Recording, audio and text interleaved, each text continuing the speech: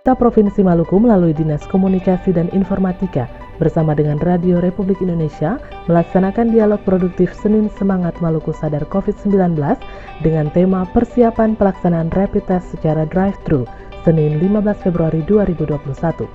Bertindak selaku narasumber dalam kegiatan tersebut Ketua TPPKK Provinsi Maluku Widya Pratiwi Murad, Sekretaris Daerah Maluku Kasrul Selang STMT, dan Kepala Dinas Kesehatan Provinsi Maluku Dr. Michael Pontoh MKes. Widya Murad Ismail dalam kesempatan tersebut mengatakan bahwa ia memiliki tanggung jawab agar masyarakat Maluku bisa sehat, apalagi di tengah pandemi COVID-19. Salah satu kebijakan yang dilakukan oleh TPPKK Provinsi Maluku saat ini yaitu memberikan pelayanan tes rapid gratis dengan metode drive-thru yang bertujuan untuk membantu pemerintah dalam memutus mata rantai penyebaran COVID-19. Selain itu, Kasrul Selang selaku Ketua Satgas Penanganan COVID-19 Provinsi Maluku mengatakan bahwa tugas Satgas saat ini adalah meningkatkan angka kesembuhan pasien terpapar COVID-19 dan menurunkan angka kematian yang disebabkan oleh virus corona saat ini. Salah satu kebijakan yang diterapkan Satgas yaitu menerapkan 3T, yaitu tracing, testing, dan tracking. Di tempat yang sama, Michael Pontoh menyampaikan sangat dibutuhkan peran serta dari masyarakat dalam memutus mata rantai penyebaran COVID-19 di wilayah Provinsi Maluku. Salam sehat untuk semua. Terima kasih pagi hari ini kita semua masih diberi kesempatan kami para narasumber bisa berada di kesempatan kegiatan pagi hari ini. Pagi semangat ya, pagi semangat. Mudah-mudahan semangat kita pagi ini membawa energi positif untuk kita semua. Terima kasih yang telah diberikan kepada kami. Saya selaku Ketua Tim Merapetan Provinsi Maluku. Saya Ina Ratu Maluku, ibunya orang-orang Maluku. Yang pasti layaknya semua ibu tidak mau anaknya sakit. Ibu tidak mau masyarakatnya atau warganya sakit. Untuk itu saya memiliki tanggung jawab untuk bagaimana caranya anak-anak saya semua sehat. Apalagi di masa pandemi seperti ini yang sampai saat ini juga belum berakhir, banyak sekali dampak yang dirasakan masyarakat.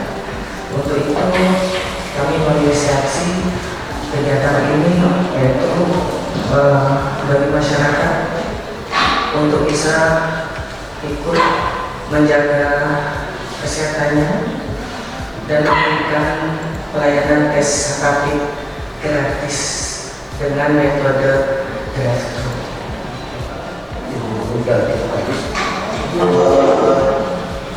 Sebelum nanti tadi kita informasi tentang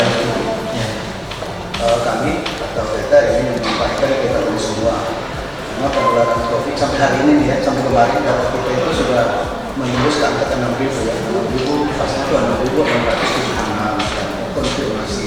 Kemudian yang kedua, angka yang meninggalnya itu 103 orang. Memang kita punya angka 103 ini masih di bawah rata-rata nasional Indonesia.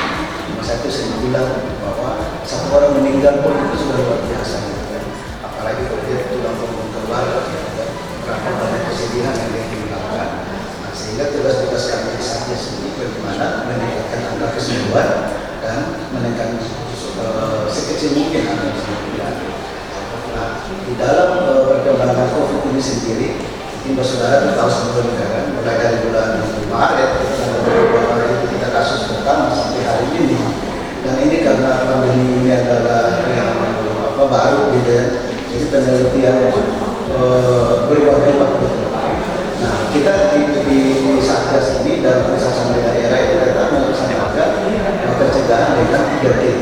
3T itu yang pertama itu tracing, yang kedua itu testing, dan yang ketiga itu tracking ya. Jadi bagaimana kita melacak kemudian yang berpotensi menular, kita melakukan testing, kemudian yang terkonfirmasi kita rawat. Nah, ini yang kami mengapresiasi inisiasi dari Maluku dan salah satu dari testing ini. Nah, kita tentunya tangan kita ini tidak sampai ke bawah pemerintah. Nah, sehingga peran-peran yang seperti ini dari pemerintah ini diambil oleh organisasi-organisasi. Apakah itu organisasi perikanan, organisasi pemuda, organisasi wanita, seterusnya. Ini kata-kata provinsi Maluku ini dikerjasamakan dengan kita bagaimana sampai ke bawah-bawah. Kita kan tahu ada kasadisme, ada yang seterusnya. Karena urusan-urusan yang begini-begini, naluri tujuan itu pasti menyebabkan kita yang berkorban. Jadi ibu-ibu kalau belajar, jadi orang-orang pasti mau itu. Makanya kita punya tagline sekarang. Ayo dengar pesan itu. Ayo dengar pesan itu. Pesan itu selalu memandangkan dengan memakai masker, mencuci tangan, menjaga jarak, menghindari kerumunan gitu ya Pak. Di luar sana masyarakat seakan-akan percaya dengan COVID-19. Saya kali ikut Kadis Kesehatan Provinsi Bengkulu dulu Dr. Nikol perlu jelaskan kembali hingga masyarakat bisa tahu benar-benar COVID itu ada. Apa bahaya dari virus COVID-19? Ya, terima kasih para yang berbahagia. Sepertinya yang disampaikan oleh Bos tadi kita sudah tahu ya, kita sudah tahu. Di luar dari misalnya ada pendapat COVID ini tidak ada. Kami dari sektor kesehatan tetap berupaya menciptakan agar COVID ini jangan sampai menimbulkan kematian. Karena ini adalah suatu virus yang baru. Sehingga peran serta masyarakat dalam hal ini seperti yang disampaikan oleh Pak Sida tadi, organisasi masyarakat itu berperan. Seberapa banyak upaya dari dinas kesehatan atau dari kesehatan tentang kalau misalnya masyarakat tidak tertutup tanggung jawab, maka tidak terjadi. Informasi sudah disampaikan. Virus ini adalah jenis kesehatan. Bahayanya seperti apa? Mungkin kalau saya ingin membawakan ada 4 saya bisa sampaikan bahwa 4 virus, 4 di dalam virus ini yang harus kita waspadai. Pertama, menurut penelitian yang sudah dilakukan, virus ini mampu menipu tubuh, ya, mampu menipu tubuh itu maksudnya begini, dia sudah ada di dalam tubuh kita, tetapi tubuh tidak berespons, tubuh tidak mengidentifikasi. Karena kalau tubuh manusia ketika ada benda asing, apakah itu virus, bakteri yang masuk, dia itu pasti ada proses tanda-tanda infeksi, demam dan lain sebagainya. Tetapi yang COVID ini sudah ada dalam tubuh, tapi orang tak bergejala, ya, sehingga tubuhnya akan kesana kemari. Ketika diagnosa ternyata ada virus positif, dia tidak mau karena dia merasa tidak ada, karena saya tidak pernah merasakan sakit. Jadi memang secara itu menipu tubuh dari secara biokimia. Kemudian yang kedua, kita ketahui virus ini kan cepat menular. Dia sangat menular dengan percikan darah, dia bisa cepat kita terpapar. Kemudian yang ketiga, ini virus yang baru. Jadi masih dalam penelitian, kemudian obatnya juga sampai hari ini obat pasti kita belum tahu seperti apa. Ada obat antivirus memang tapi tidak khas untuk COVID. Nah, dan yang keempat, ini virus ini menimbulkan efek tak terduga karena dia menyebabkan pembekuan darah dan keterbukaan darah.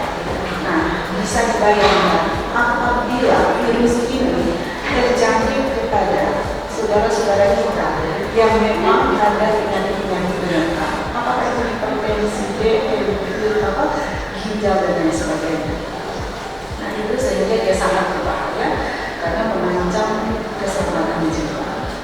Nah, ada satu istilah dari virus dari orang tak bergejala itu, dia adalah silent spreader. Jadi dia kemana-mana, tapi tidak menimbulkan gejala. Dia tidak menimbulkan gejala tapi membawa virus kemana-mana. Nah, drive-thru ini salah satu upaya untuk menangkap orang-orang yang tak bergejala tapi ada di tengah masyarakat. Nah, sehingga ini perlu kami dukung dan ya harus didukung sepenuhnya karena ini adalah upaya yang dilakukan untuk menegakkan prevensi. Luar biasa sekali gitu ya, langsung Ibu orang Maluku. Saya sangat bangga begitu bisa duduk di sini, bisa langsung merasakan hati seorang ibu begitu. Tadi sempat dalam penjelasan begitu ya, sudah dijelaskan oleh Ibu Widya bahwa telah terbentuk satgas begitu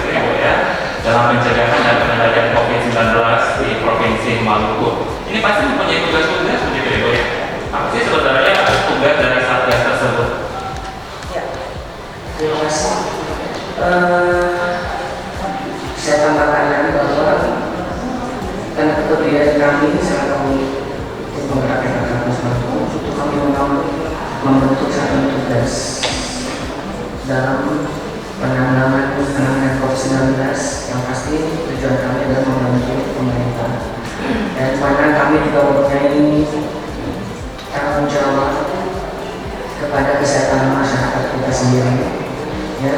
Dan kebetulan kami saat SPK sudah di SK oleh Pak Gubernur nomor 90 yang berkelas 90 tahun 2021. Dan sudah itu kami satuan tugas PKK Kampus Maluku mempunyai tanggung jawab di mana kami secara kelembagaan tugas utama dari Satgas PKK mendorong dilaksanakan upaya untuk mengedukasi warga dan mensosialisasikan dengan penerapan protokol kesehatan atau sekarang dipakai dalam pencegahan COVID-19 di masyarakat, di mana yang pasti protokol kesehatan yang selalu kita sampaikan adalah satu, memakai masker, kedua, mencuci tangan dengan sabun dengan air yang mengalir, kemudian menjaga jarak social distancing dan menjauhi kerumunan, yang kelima membatasi mobilisasi dan interaksi. Saya rasa itu yang perlu saya sampaikan. Tugas kepada Satgas.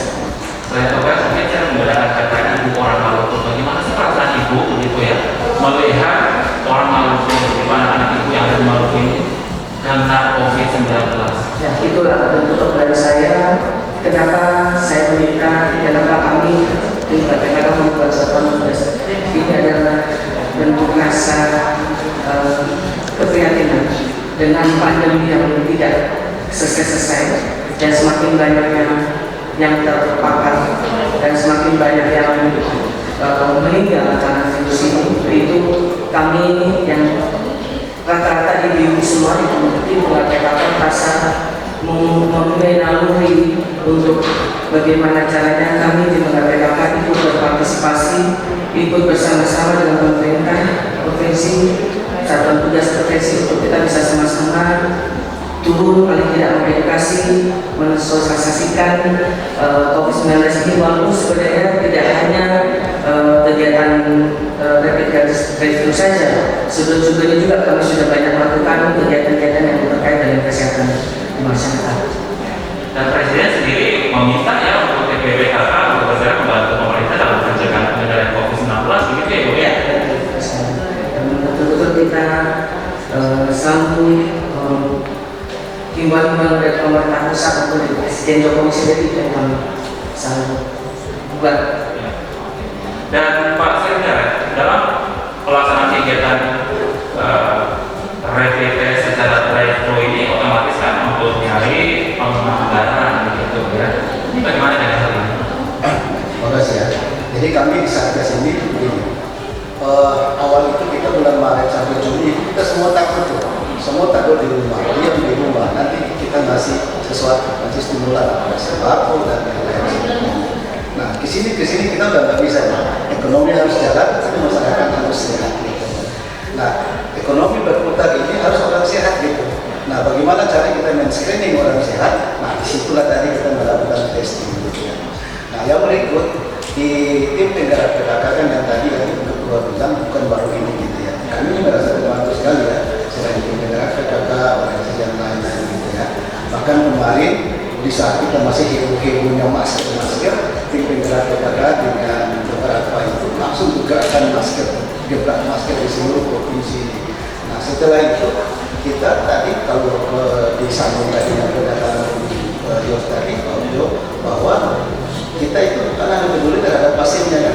Dari pasien itu kita lihat itu dengan kalau kita istilah Satgas bagaimana menangani pasien COVID secara humanis gitu, baik dari medisnya maupun dari psikisnya. Nah, sampai kita itu merasa terbantu. Waktu Idul Fitri kemarin Pak Gubernur bersama ibu dan keluarga itu tidak melakukan Idul Fitri, mengunjungi semua tempat-tempat itu, memberikan kekuatan kepada para nakes-nakes kita. Apapun yang kita laksanakan protokol kesehatan masih belum sebanding dengan pengorbanan pada nakes-nakes itu. Karena mereka meninggalkan keluarga, bahkan bisa berisiko sakit dan kematian ya. Syukur kita di provinsi Maluku tidak terjadi ya. Tapi di daerah lain kan banyak sekali nakes yang ada sampai korban. Nah, kekuatan dari seorang ibu, seorang pimpinan ke daerah ini terutama untuk nakes yang kami di Satgas itu membuat kami sampai hari ini menjadi semangat gitu ya. Di Satgas ini kita tahu lah, hampir 1 tahun ini kita terjadi COVID dulu gitu kan, secara manusiawi memang ada juga efeknya juga masyarakat. Sehingga kami bisa jual tuh, yang sakit diam di rumah, yang sehat silakan berproduktif. Caranya tadi itu, drive-thru tadi. Nah, drive-thru ini apalagi menyentuh sampai ke kalangan yang tanda kutip tidak mampu membiayai. Karena kalau secara komersil itu untuk testing ini kan 250 sampai 275 ribu. Bayangkan aja kalau kita punya pelaku ekonomi katakanlah supir angkut, ojek misalnya kan, pasti merasa terbantu dengan uang 275, tapi dia sehat gitu, memastikan bahwa dia sehat dan dia bisa mencari kebutuhannya. Nah disinilah drive-thru itu. Ini tidak ada alasan buat kita semua, terutama di jajaran pemerintahan yang terkait harus support ini, bahkan harus tambah lagi di drive-thru yang lain. Kira-kira begitu. Berbicara mengenai tes, mungkin awal-awalnya saya takut begitu ya. Saya takut bagaimana mengambil darah gitu dan lain sebagainya. Tapi saya pernah mencoba dan puji Tuhan non reaktif begitu beberapa hari lalu, kurang lebih 6 hari lalu untuk rapid test begitu antigen ya yang dilaksanakan di saat itu. Dan tak usah takut karena semuanya itu juga demi kebaikan kita bersama begitu. Dan sekarang akan dilakukan sistem drive-thru untuk testing COVID melalui drive-thru. Nah, Ibu Lydia, ini kan semua kita pasti mempunyai tujuan dan keunggulan gitu. Dan keunggulan apa sih tadi testing COVID-19 melalui drive-thru ini? Ya, tes rapid antigen dengan drive-thru, metode drive-thru. Sebenarnya kalau mohon maaf, kalau di Jakarta sepertinya dengan sistem tes rapid antigen drive-thru itu sudah sangat orang dari tahu itu lah, sudah familiar seperti itu ya. Untuk itu kenapa kami ingin sekali di Maluku ini kita coba metode drive-thru. Yang pasti sasarannya pertama adalah untuk yang sudah sampaikan Pak Seda tadi bahwa supir-supir angkot, kemudian ojek-ojek. Kelebihan daripada metode drive-thru adalah seperti yang sampaikan juga tadi bahwa masyarakat sekarang masih takut bahwa harus pergi ke rumah sakit, harus ketemu dokter, apalagi kalau sudah melihat para tim medis memakai APD. Wah, itu jalan udah makin keras. Jangankan mereka masyarakat, saya sendiri saja yang sudah alhamdulillah rutin untuk selalu mengecek tes rapid, tes antigen ini pun kadang-kadang masih ada serba takut seperti itu. Dan saya mau dengan keunggulan metode drive-thru ini, saya ingin membudayakan juga masyarakat bahwa sudah saatnya kita harus untuk selalu mengecek kesehatan diri kita. Ya, drive-thru itu sangat mudah, yang pasti tidak perlu masyarakat harus ke rumah sakit. Yang saya sampaikan takut ke rumah sakit, cukup di dalam kendaraan. Contohnya supir angkot, ya cukup di dalam kendaraan, tapi juga tidak boleh banyak-banyak, minimal 3 dengan 4 dengan supirnya, ya. Lalu ojek juga cukup di atas motornya aja sudah bisa langsung di tes rapid antigen. Kita seperti mengisi bensin begitu ya, periksa gitu ya. Ya, dan pemeriksaan tidak lama. Dan kami dibantu sekali oleh dinas kesehatan dengan tim-tim medis yang sudah ahli untuk swab antigen ini, seperti itu. Jadi di sini saya ingin membudayakan masyarakat mulai sekarang tuh sudah tidak perlu takut dengan tes rapid antigen, karena bagaimanapun sangat baik, karena kita juga harus menjaga diri kita sendiri seperti itu. Jadi saya ingin nanti pun Jo, insya Allah kegiatan kita pertama nanti di tanggal 27 Februari di kegiatan pertama, artinya kegiatan pertama, dan harapan nanti mungkin kami akan bergeser. Tidak hanya nanti kegiatan pertama kita di lapangan Tahari, mungkin nanti kita akan bergeser ke daerah Manahusu atau mungkin ke daerah Pasu seperti itu. Jadi mudah-mudahan juga dengan adanya drive-thru ini masyarakat terbantu ya. Karena tadi memang banyak masyarakat kita yang karena dampak COVID ini keterbatasan untuk tes rapid ini kan cukup lumayan 200.000 lebih toh. Jadi dengan keadaan kegiatan gratis ini mudah-mudahan mereka sangat terbantu, khusus untuk masyarakat yang mempunyai keterbatasan untuk biaya seperti itu ya. Dokter Nina, untuk metode atau cara drive-thru ini sangat efektif begitu ya untuk pemeriksaan COVID-19 ini? Ya. Seperti yang disampaikan oleh Ibu Widya tadi, memang sangat efektif karena orang tidak perlu meninggalkan pekerjaannya. Kalau misalnya dia sopir, juga kenapa sih dengan sopir? Tinggal manggil, bisa ojek, kita berjalan. Jadi makanya tadi yang disampaikan kami sangat mendukung karena mungkin yang ada sekarang masyarakat ketakutan saja. Ya. Tetapi kalau misalnya banyak yang berbondong-bondong datang, saya pikir ini perlahan akan mengurangi rasa ketakutan atau khawatir. Sebenarnya kalau dilihat masyarakat itu bukan takut ini ya, bukan takut pemeriksaannya, tapi takut kalau positif kemudian diisolasi. Mungkin itu, tapi sekarang Satgas sudah berubah. Mungkin nanti Pak sehingga nanti akan menjelaskan bagaimana kalau nantinya perawatan pasien-pasien yang positif. Oke. Anda bisa bergabung dengan kami mereka silakan di 0822 3860 0370 untuk jalur telepon yang kami nantikan Anda. Yang sudah tergabung, halo, selamat pagi. Selamat pagi, Ya, selamat pagi Bapak. Dengan Pak Andi di Kalimantan, silakan Pak Andi. ya selamat pagi, Bapak. Bagi Ya, begini, bicara sekarang dulu saya bahwa saya takut dari ya, jadi ini harus sosialisasi begitu karena sosialisasi itu gimana ini apa itu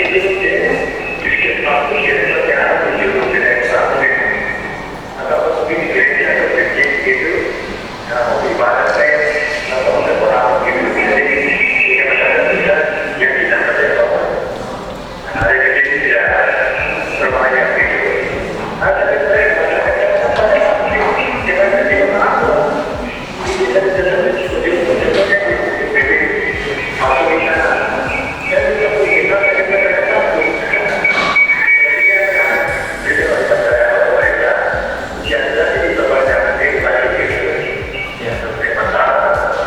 Ya, Pak Andi sudah, kalau Pak Andi sendiri takut untuk di rapid test begitu?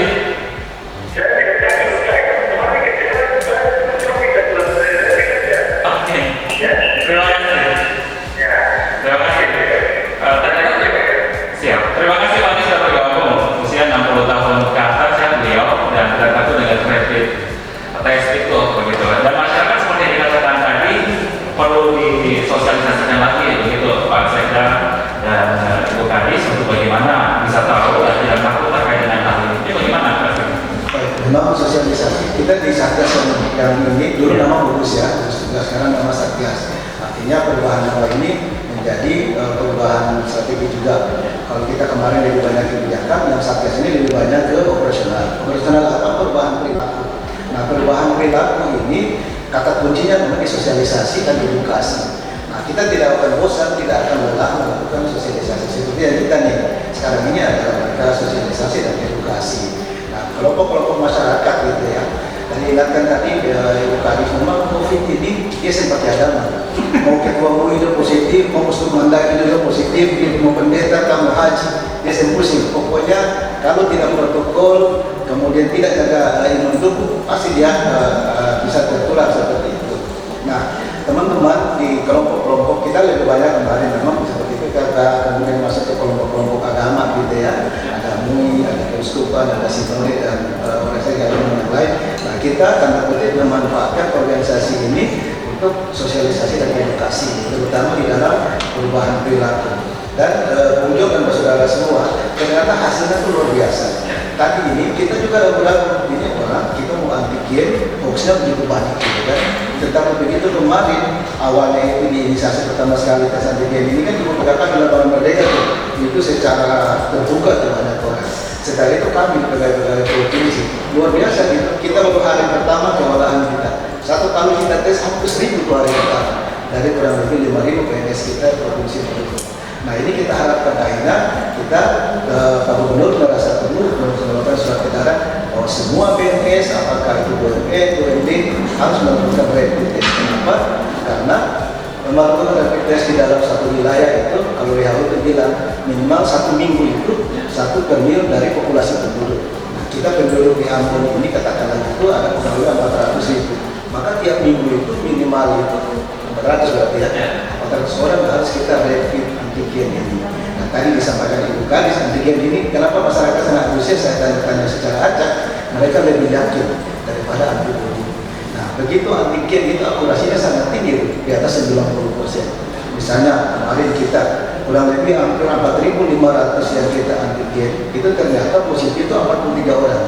Dari 43 itu kita follow up ke PCR, karena memang antigen ini hanya untuk screening ya, bukan untuk tindakan medis. Untuk melakukan tindakan medis perlu satu yang namanya PCR itu. Nah, begitu PCR dari 43 itu hanya 2 yang negatif, 41-nya itu positif, tetap positif gitu. Berarti akurasinya di atas 90%. Nah, ini salah satu yang membuat Pak Andi yang di Karangpanjang tadi bisa mensosialisasikan berita itu, bahwa ini akurasinya sangat tinggi gitu. Jadi kita bisa bayangkan gitu. Nah, ini yang kita libatkan masyarakat menjadi sangat tinggi. Kira-kira salah satunya seperti itu.